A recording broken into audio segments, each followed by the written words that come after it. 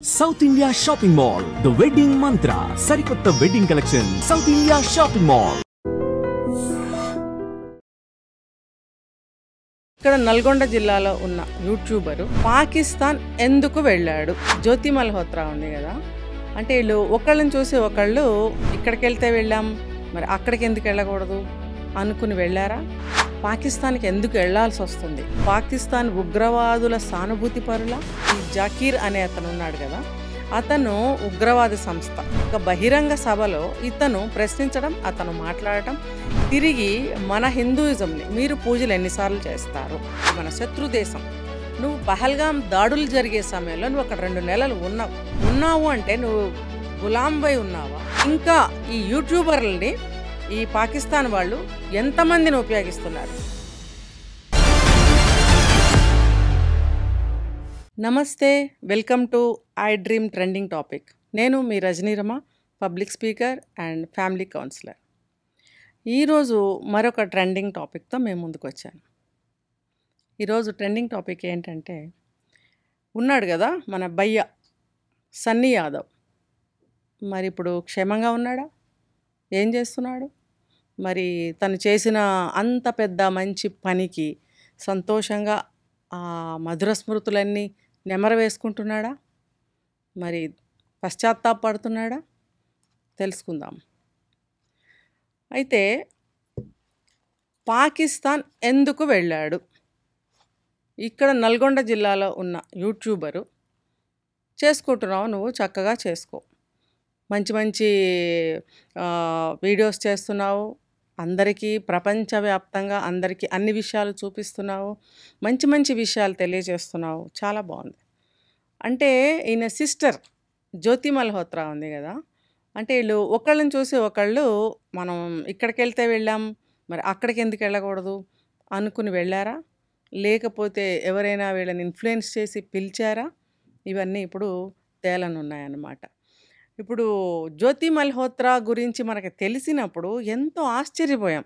అరే, ఒక ఆడపిల్ల ఇంత చక్కగా మంచిగా వీడియోస్ చేస్తుంది, మనకి ప్రపంచవ్యాప్తంగా అన్ని విషయాలు తెలియజేస్తుంది, ఈ రోజుల్లో ఆడపిల్లలు అన్నిట్లో సమానం అన్నందుకు ఆ నిరూపణగా ఈ అమ్మాయి దేశాలు తిరుగుతూ అన్నీ మనకు తెలియజేస్తుంది అనుకున్న తరుణంలో మనకి ఈ సన్నీ యాదవ్ కూడా ఇలాగే మంచి మంచి వీడియోస్ చేస్తున్నాడని ఆనందపడే సమయంలో ఏం జరుగుతుంది?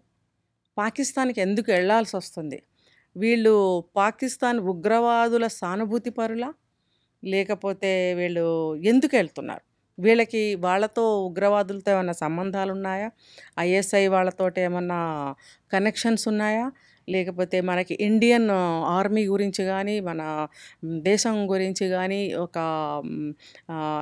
ఇంపార్టెంట్ సమాచారాన్ని ఏమన్నా తెలియజేస్తున్నారా? ఇన్ఫార్మర్సా వీళ్ళు? పాకిస్తాన్ యొక్క ఇన్ఫార్మర్సా? లేకపోతే ఏంటి వీళ్ళు గూఢచారులా? ఎందుకు వీళ్ళు ఇలా చేస్తున్నారు?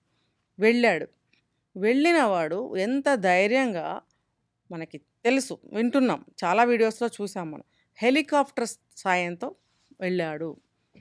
అంటే ఒక నార్మల్ యూట్యూబర్కి ఇన్నేసి డబ్బులు ఎలా వస్తుంటాయి? మరి ఇతను ఎలా సంపాదించాడు? ఇతనికి ఎక్కడి నుంచి వస్తున్నాయి? ఇవన్నీ మనం ఆలోచింపదగ్గ విషయాలు. మరి డైరెక్ట్గా పాకిస్తాన్ యూనివర్సిటీ ఆఫ్ టెక్నాలజీకి వెళ్ళాడు. అంటే ముందుగా అనుకోకుండానే వెళ్ళాడా? అప్పటికప్పుడు వెళ్తే ఎంట్రీ ఇచ్చేస్తారా? అసలు నువ్వెవరు, ఎందుకు వచ్చావు అని అడగరా? మరి వెళ్ళాడు, అక్కడ తనేదో ప్రజెంటేషన్ చేశాడు. ఎందుకు చేయాల్సి వచ్చింది? ముందుగానే అన్నీ మాట్లాడుకున్నాడు వాళ్ళతోటి, వాళ్ళు రమ్మంటేనే వెళ్తారు ఎవరైనా. అటువంటి యూనివర్సిటీలో ఎవరికి కూడా ప్రవేశాలు ఉండవు. వెళ్ళాడు చేశాడు. తర్వాత అక్కడి నుంచి అబోటాబాద్ అంటే పిఓకేకి దగ్గరగా ఉన్న ప్రాంతం, అది ఒసామా బిన్ లాడెన్ ఉండే స్థావరం ఒకప్పుడు. మరి ఆ ప్లేస్ గురించి ఎందుకు ఎత్తాడు? అక్కడ ఎవరు క్యాన్సర్ పేషెంట్ ఎవరు, లేకపోతే వీళ్ళకి ఏమనేది కోడ్ భాష, క్యాన్సర్ పేషెంట్ ఒక మందుల గురించి మాట్లాడాల్సి వచ్చింది. ఇతను చేసే పనికి, వెళ్ళిన ప్లేస్కి, ఇతను మాట్లాడుతున్న మాటలకి ఏమైనా సంబంధం ఉందా? క్యాన్సర్ పేషెంట్ యొక్క మందుల గురించి ఇతను ఆ ప్లేస్ గురించి ఎందుకు ఎత్తవలసి వచ్చింది? ఆ మందుల గురించి ఎందుకు ఎత్తవలసి వచ్చింది? ఇవేమన్నా కోడ్సా వీళ్ళకి? ఇది ఎన్ఐఏ వాళ్ళు ఇన్వెస్టిగేషన్లో తేలాల్సింది ఉంది. ఇప్పుడు అనుమానాస్పద పరిస్థితిలో ఈ జకీర్ అనే అతను ఉన్నాడు కదా, అతను ఉగ్రవాద సంస్థకి చెందినవాడు. అతను ఒక బహిరంగ సభలో ఇతను ప్రశ్నించడం, అతను మాట్లాడటం, తిరిగి మన హిందూయిజంని మీరు పూజలు ఎన్నిసార్లు చేస్తారు? మరి మేము 5 సార్లు చేస్తాం. ఇదేనా మీ భక్తి? అన్నట్టు మాట్లాడాడు. అంటే ఇతను ఎవరైతే సన్నీ యాదవ్ ఉన్నాడో, ఇతను మనకి ఫేవర్‌గానే మనకి సపోర్ట్ చేస్తూనే మన హిందుత్వం గురించి, మన పూజల గురించి చెప్పడం జరిగింది. కానీ ఈ ప్రతి మంచిలో నుంచి ఒక చెడుని బయటకు తీసే వ్యక్తులు ఉంటారు. 10 మంచి చేసినా కూడా గుర్తుపట్టరు. ఒకటి చిన్నది ఏదన్నా తేడా వస్తే అది పట్టుకుని లాగి, పీకి మనల్ని అవమానం చేస్తారు. సో, మీరు ఎన్ని సార్లు గుడికెళ్తారు? ఎన్ని సార్లు మీ పుస్తకాలు చదువుతారు? భగవద్గీత గాని, ఇంకోటి గాని. మేమైతే 5 సార్లు నమాజ్ చేస్తాము అని అక్కడ ఎందుకు అనవలసొచ్చింది? అంటే మనము అక్కడికి వెళ్ళి మన దేశం యొక్క గొప్పదనాన్ని చెప్పాం బాగుంది. కానీ అవతలి వాళ్ళు రిసీవ్ చేసుకుంటే మనం అక్కడ మాట్లాడాలి. ఇప్పుడు అతను అందులో నుంచి కూడా ఒక విషయాన్ని లాగి మనల్ని అక్కడ కూడా బాధ పెట్టడం జరిగింది. ఈ జాకీర్ అన్న అతను ఎవరైతే ఉన్నారో అతను. మరి అక్కడ అయిపోయింది. అంటే ఇతను అటువంటి సభలో మాట్లాడాలి అంటే చాలా నియమాలుంటాయట. దానికి ముందుగా అపాయింట్మెంట్స్ తీసుకోవడము, అది కూడా వాళ్ళ ముస్లిమ్స్‌కే ఇస్తారు. ఇతను ఇండియను, దట్టూ సౌత్ ఇండియను, ఇంకా చెప్పాలంటే తెలుగు అబ్బాయి. ఇంత మారుమూల నుంచి వెళ్ళాడు. అక్కడకి పర్మిషన్ దొరికింది. మాట్లాడాడు సభలో. మీరు గమనించినట్టయితే ఆ వీడియోలో చేతులు కట్టుకుని మాట్లాడుతున్నాడు ఈ భయ్య. ఎవరు? సన్నీ యాదవ్. అంటే నువ్వు అంత ఒబీడియంట్‌గా నువ్వక్కడ ఉండాల్సిన రూల్స్ ఉన్నాయా నీకక్కడ? మరి నువ్వు అంత భయపడుతూ పరాయి దేశం వెళ్ళి, మన శత్రు దేశం, నువ్వు పహల్గాం దాడులు జరిగే సమయంలో నువ్వు అక్కడ 2 నెలలు ఉన్నావు. ఉన్నావు అంటే నువ్వు గులాంవై ఉన్నావా? ధైర్యంగా ఉన్నావా? లేకపోతే ఒక మంచి చేయగలను అనే ఒక నమ్మకంతో ఉన్నావా? నువ్వు ఏ ఏ ఇదితో నువ్వక్కడ ఉన్నావు? అంటే నువ్వు అక్కడ చేతులు కట్టుకొని మాట్లాడటం వల్ల నాకు వచ్చింది ఈ అనుమానం. నువ్వక్కడ ఉన్నావు. నువ్వు అతనితో మాట్లాడావు ఆ సభలో. యూనివర్సిటీకి వెళ్ళావు. ఇంకా నువ్వు ఏమేం చేశావో ఎవరికీ తెలీదు. మరి నువ్వు అక్కడ ఉగ్రవాదుల తోటి కొన్ని నువ్వు కోడ్ భాషలతో మాట్లాడటం అనేది నీ సెల్ ఫోన్ చాటింగ్‌లో బయటపడింది. మరి పోలీసులు ఊరుకుంటారా? ఇంకా ఇంకా తవ్వడం మొదలుపెట్టారు. మొదలుపెట్టినప్పుడు శుభ్రంగా నిన్ను ముందైతే అరెస్ట్ చేశారు. ఇన్వెస్టిగేషన్ చేస్తున్నారు. చేస్తున్నప్పుడు నువ్వు చెప్పాల్సిన విషయాలు ఇంకా చాలా ఉన్నాయి భయ్యా. నువ్వక్కడ నిజాలన్నీ ఒప్పుకో. నువ్వు ఎందుకెళ్ళాల్సొచ్చింది? నువ్వు నువ్వు నీకు ఎన్ని డబ్బులు నువ్వు తీసుకుంటున్నావు? నువ్వక్కడ ఇంకా ఏమేమి కుట్రలు చేస్తున్నావు వాళ్ళతో చేరి?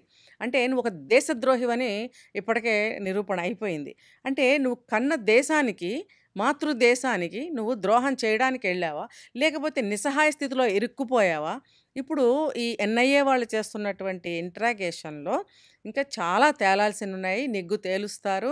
ఇప్పుడు మెల్లమెల్లగా ఒక్కొక్కటి బయటకు తీస్తున్నారు. అది ఎవరెవరితో మాట్లాడాడు?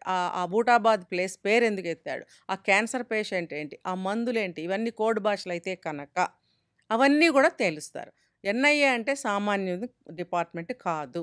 నువ్వు అందులో ఇరుక్కున్నావు. నేను ఈ ఈ సన్నీ యాదవ్‌ని, ఈ జ్యోతి మల్హోత్రాని కలిపి ఇంట్రాగేషన్ అనేది ఇప్పుడు చేయటం జరుగుతుంది. బహుశా వేరు వేరు సెల్స్‌లో పెట్టి, వేరు వేరు ప్లేసుల్లో పెట్టి వీళ్ళని ఇంట్రాగేషన్ చేస్తూ ఉండొచ్చు. అయితే ఇటువంటి దేశద్రోహుల్ని ఇంకా ఇంట్రాగేషన్ చేసి మరిన్ని విషయాలు, మరిన్ని ఆచూకీలు అతని ద్వారా వీళ్ళు ఎన్ఐఏ వాళ్ళు రాబడతారు. రాబట్టిన తర్వాత అతను చేసిన పనులేంటి, చేస్తున్న కార్యక్రమాలేంటి, ఇవన్నీ గూడా బయటకు రావాల్సిందుంది. త్వరలోనే అవన్నీ తేలుస్తారు. ఇంకా ఈ యూట్యూబర్లని ఈ పాకిస్తాన్ వాళ్ళు ఎంతమందిని ఉపయోగిస్తున్నారు? యూట్యూబర్లు వీళ్ళకి ఒక మీడియేటర్లుగా ఉపయోగించుకోవచ్చని ఒక గొప్ప ఐడియా వాళ్ళకొచ్చింది. మన వాళ్ళు అలాగే ట్రాప్ అయ్యారు. అంటే యూట్యూబ్ చేసుకునే వాళ్ళకి ఈ మధ్య మేబీ ఆశలు పెరుగుతున్నాయేమో. అంటే ఇక్కడే కాదు, మన పక్క రాష్ట్రమే కాదు, అనేక దేశాలు తిరిగితే మనకింకా మంచి సెలబ్రిటీస్ అవుతాము. మనం ఇంకా బాగా మనీ సంపాదించొచ్చు. అంటే వీళ్ళకి బోలెడంత మనీలు కూడా సంపాదిస్తున్నారు. ఎలా సంపాదిస్తున్నారు? అంటే వీళ్ళు ఏదో ఒక ఇలాంటి వాటి కింద ఇరుక్కుని, ఎవరో ఒకళ్ళ చేతి కింద లొంగిపోయి, అంటే ఇలాంటి పనులు చేస్తున్నారా? డబ్బు కోసం చేస్తున్నారా? దేశద్రోహం చేయొచ్చా అనేది మీకు అర్థం కావట్లేదా? ఈ యూట్యూబర్స్ ఎవరైతే వీళ్ళు జ్యోతి మల్హోత్రా, ఈ సన్నీ యాదవ్ ఉన్నారో వాళ్ళకి నేను ఈ ప్రశ్న వేస్తున్నాను. ఇంకా ఎవరైనా ఇలాంటి వాళ్ళు ఉంటే ఈ చట్టం అనేది పట్టుకోక మానదు. వీళ్ళ నుంచి సమాచారం రాబట్టక మానదు. వీళ్ళకి కఠినమైనటువంటి శిక్షలు ఖచ్చితంగా వేస్తారు. ఇది మామూలు చిన్న చిన్న విషయాలు కావు. ఇది దేశద్రోహం. ఇవి ఇంతమంది కలిసి ఇంకా ఎంతమంది ఉన్నారో మనకు తెలీదు. వస్తారు. వీళ్ళని పట్టుకుని వీళ్ళని ఇంట్రాగేషన్ చేస్తే ఇంకా ఎంతోమంది కొండంత కొద్దీ ఎలుకలన్నీ బయటకొస్తూ ఉంటాయి. సో, ఇలాంటి దేశద్రోహికి ఎలాంటి శిక్ష వేయాలి అనేది కింద కామెంట్లో పెట్టండి. తర్వాత తల్లిదండ్రులు కొడుకు సంపాదిస్తున్నాడు కదా అని ఊరుకుంటున్నారా మీరు? ఎక్కడి నుంచి సంపాదిస్తున్నాడు? అతను చేసే వృత్తి ఏంటి? చేస్తున్న ఉద్యోగం ఏంటి? ఇంత సంపాదన ఎలా వస్తుందని ఎంక్వైరీ తీస్తున్నారా? ఎంక్వైరీ చెయ్యండి. మీ పిల్లలు ఎక్కడికెళ్తున్నారు? ఏం ఉద్యోగం చేస్తున్నారు? ఆ ఉద్యోగానికి తగ్గ సంపాదన సంపాదిస్తున్నారా? లేకపోతే ఎక్కువగా సంపాదిస్తున్నారా? కోట్ల మీద సంపాదిస్తున్నారా? ఇది సమంజసమేనా అని తల్లిదండ్రులు ఆలోచించాలి. పిల్లల్ని నిలదీసి అడగవలసిన బాధ్యత తల్లిదండ్రులకి ఎప్పుడైనా ఉంది. ఎప్పుడూ కూడా తల్లిదండ్రులు కనిపెడుతూనే ఉండాలి. నీకేం తెలుసు అన్నా సరే, నువ్వు ఏ దారిలో నువ్వు డబ్బు సంపాదిస్తున్నావు అని అడగాల్సిన బాధ్యత తల్లిదండ్రులకు ఉంది. ఇలాంటి దేశద్రోహుల్ని మన గవర్నమెంట్ వదిలిపెట్టదు. మనం వేచి చూద్దాం. Thank you.